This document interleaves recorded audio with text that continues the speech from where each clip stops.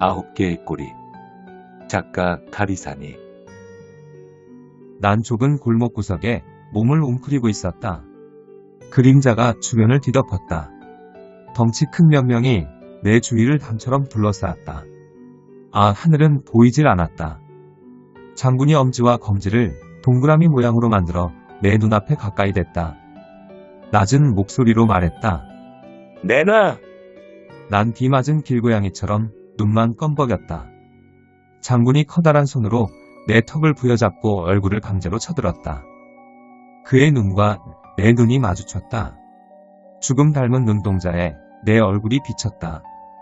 장군은 내 뺨을 연거푸 때렸다. 한쪽이 벌겋게 달아올랐다. 장군은 내 귀를 잡아당기며 귓구멍에 대고 속삭였다. 넌 배때기에 철판 깔았어. 너만 왜 옷간에 안 내냐?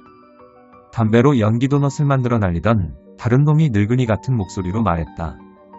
야, 왜 주먹질이냐? 양아치같이 학생이 말로 해야지. 이 새낀 말로 해선 안 돼. 학교 주변에서 문제 일으키지 말라는 권혁이 말 기억 안 나? 그 말에 장군은 들었던 주먹을 내렸다. 입맛을 쩝쩝 다시던 그가 말했다. 일주일 준다 알아서 해라. 찐따 새끼. 그가 바닥에 침을 찍 내뱉었다. 그들은 한 번도 내 이름을 불러본 적이 없었다. 어쩌면 이름을 아예 모를 수도 있다. 반에서 내 공식적인 이름은 시발놈 병신새끼, 재수없는 놈 찐따새끼였다. 우리 마을에 자랑거리는 두 가지가 있었다. 아름답고 울창한 숲과 다수의 S대 입학생을 배출한 사립 A고교였다. 학교는 마을 숲과 닮았다. 짐승과 사람이 함께 공존하는 깊은 숲. 그곳에는 두 마리 짐승이 살고 있었다. 장군과 권혁이었다. 또래보다 머리통 하나가 더 크고 덩치도 산만한 장군은 학생선도위원장이었다. 그는 이런저런 이유를 들어 학생들에게 폭력을 행사했다. 공부도 못하고 운동도 못하는 내성적인 아이들이 주로 대상이었다.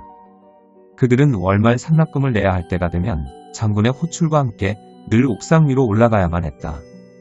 장군이 굶주린 멧돼지라면 권혁은 풀 밑에 숨어있다 먹이를 낚아채는 뱀이었다. 권혁은 어릴 때부터 1등을 놓쳐본 적이 없는 수재였다. 거기에 뛰어난 화술과 출중한 외모까지 갖추고 있었다. 학교의 선생들은 물론이고 육성의 학부모들도 권혁을 장차 학교와 마을의 명예를 빛낼 훌륭한 인물이 될 것으로 믿어 의심치 않았다. 학교 내 그의 영향력은 학생이라 믿기 어려울 만큼 대단했다.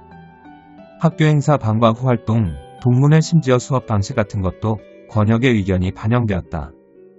아무리 총만 받는 학생일지라도 일개 학생이 학교 일에 관여하는 것을 못마땅하게 생각하는 선생도 물론 있었다. 하지만 재단 이사장으로 있는 권혁의 아버지에 의해 그들은 곧 정리되었다. 권혁은 다른 우등생과 달리 주먹개나 쓰는 문제아들과도 친분을 유지했다. 그 중에서도 장군과의 사이는 각별했다. 둘의 관계는 학생들 사이에선 공공연한 비밀이었다.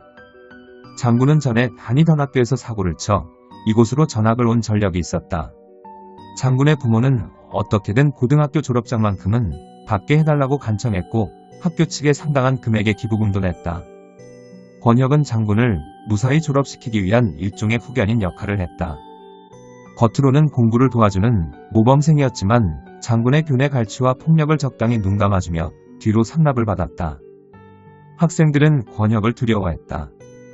그래서 기회나 부장이같이 눈치 빠른 애들은 항상 그의 비위를 맞추려고 노력했다. 어느 날 작은 반란이 벌어졌다. 존재감이 거의 없는 학생 몇 명이 담임선생에게 학내 폭력과 갈취에 대해 어렵게 말을 꺼냈다. 그러나 권혁과 권혁 아버지는 그보다 더 합리적이고 품위 있게 모든 상황을 설명했다. 같은 학년 모두가 자발적으로 거둔 돈은 얼마 전 뇌출혈로 쓰러진 교감 선생님께 드리기 위한 것이고 학내 폭력 따위는 전혀 없었다고 했다. 학생 대부분도 그렇다고 했다. 담임 선생은 권혁의 말을 절대적으로 신뢰했다. 그리고 그날의 반란자들은 모조리 옥상 위로 올라가야만 했다. 난 엉덩이와 허벅지에 몽둥이가 닿는 순간 맞은 개수를 크게 소리쳤다. 목소리가 작은 친구들에게는 더 많은 매질이 쏟아졌다. 살아남기 위한 구호는 멈추지 않았다. 스물까지 세고 나자 담임 선생은 헝클어진 머리카락을 뒤로 쓸면서 모두에게 말했다. 우린 무한 경쟁 시대에 살고 있다. 열심히 공부하지 않는 놈은 이 험한 세상에서 결코 살아남지 못한다. 그런 놈은 결국 이 사회의 쓰레기가 되는 거다. 사기꾼, 강간범, 살인범 같은 사회의 암덩어리 말이야. 매달 보는 모의고사에서 하위 10%에 속한 부진아들은 매를 달고 지냈다. 하지만 매질보다 더 고통스러운 것은 끊임없이 들어야 하는 언어폭력이었다. 사기꾼, 강간범, 살인범이라는 단어들은 나를 새장 속에 갇힌 병든 새처럼 만들었다. 수업 시간 내내 난 창밖을 바라보았다. 멀리 마을의 자랑, 아름다운 숲이 보였다. 숲은 언제나 교실 너머에 있었다. 종례 시간에 담임 선생은 일장 연설을 시작했다. 모두 알다시피 3학년 선배들의 성적이 예상보다 잘 나오질 않아 학교에선 매우 걱정하고 있다. 이 지역 최고 명문사립인 우리 학교 입장에서는 이는 참으로 치욕적인 일이 아닐 수 없다. 그래서 교장 선생님이야 여러 선생님은 우리 2학년에게 더욱더 큰 기대를 걸고 있다. 우리 학년에는 우수한 친구들이 많으니까 특히 이번 전국모의 학력고사 5등을 한 권혁이 같은 친구는 틀림없이 학교의 명예를 크게 빛낼 인물이 될 것이다. 이런 친구가 잘 돼야 동창들도 그 덕을 보게 되는 거고 고교 동창은 어떠한 학연, 지원보다 앞서는 것이다. 아무쪼록 모두 분발하도록. 선생의 입에서 술 냄새가 났다. 맨 앞자리에 앉아있던 나는 그 냄새를 매일 확인해야만 했다. 그는 얼마 전 지인으로부터 부동산 사기를 당했다. 몇 년 동안 모아둔 돈을 모두 날린 후 선생은 매일 술을 마셨다. 요즘 들어 부쩍반 학생들을 괴롭히는 이유도 다 그 스트레스 때문이라고 아이들은 수군댔다. 어느 날 전학생 한 명이 왔다. 하얀 얼굴, 금방이라도 눈물이 뚝뚝 떨어질 것 같은 큰 눈, 조그만 코와 작은 입, 약간 등이 굽은 듯한 왜소한 외모는 처음 숲으로 소풍을 나온 어린아이처럼 보이게 했다. 안녕, 나 로이라고 해. 자기소개 자리에서 그는 자신의 이름을 말했다. 로이? 난 영어 교과서에나 나올 법한 이름에 헛웃음을 흘렸다. 하지만 나를 제외하고는 반 누구도 웃지 않았다. 자리는 내 옆자리로 배정받았다. 아무도 앉지 않으려는 절반의 내 공간 속으로 불쑥 들어왔다. 잘 부탁해. 로이의 목소리는 조용하고 차분했다. 그것은 하늘바람에 흔들리는 나뭇잎의 움직임과 비슷했다. 권혁 패거리는 처음엔 로이를 유심히 관찰하기만 했다. 어느 날 로이가 그들을 따라 옥상 위로 올라가는 것을 보았다. 옥상은 내게 늘 두려운 곳이었다. 그곳은 한번 끌려가면 온전히 걸어서 내려오지 못하는 장소이기도 했다. 난 로이가 걱정되었다. 하지만 예상은 완전히 빗나갔다. 다음 수업이 시작하기 전에 로이는 아무 일도 없었다는 듯 교실로 돌아왔다. 옥상에서 무슨 일이 있었는지는 알 수 없었다. 어찌된 영문인지 그날 이후 권혁과 장군은 로이를 철저히 무시했다.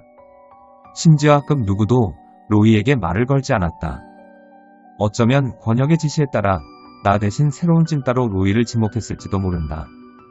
반에서 로이와 이야기하는 사람은 아무도 없었다. 이 작품은 가리사니 작가님의 9개의 꼬리입니다. 작품을 더 보시려면 브릿지 사이트에 접속하셔서 감상하시기 바랍니다. 이상으로 브리딩이었습니다.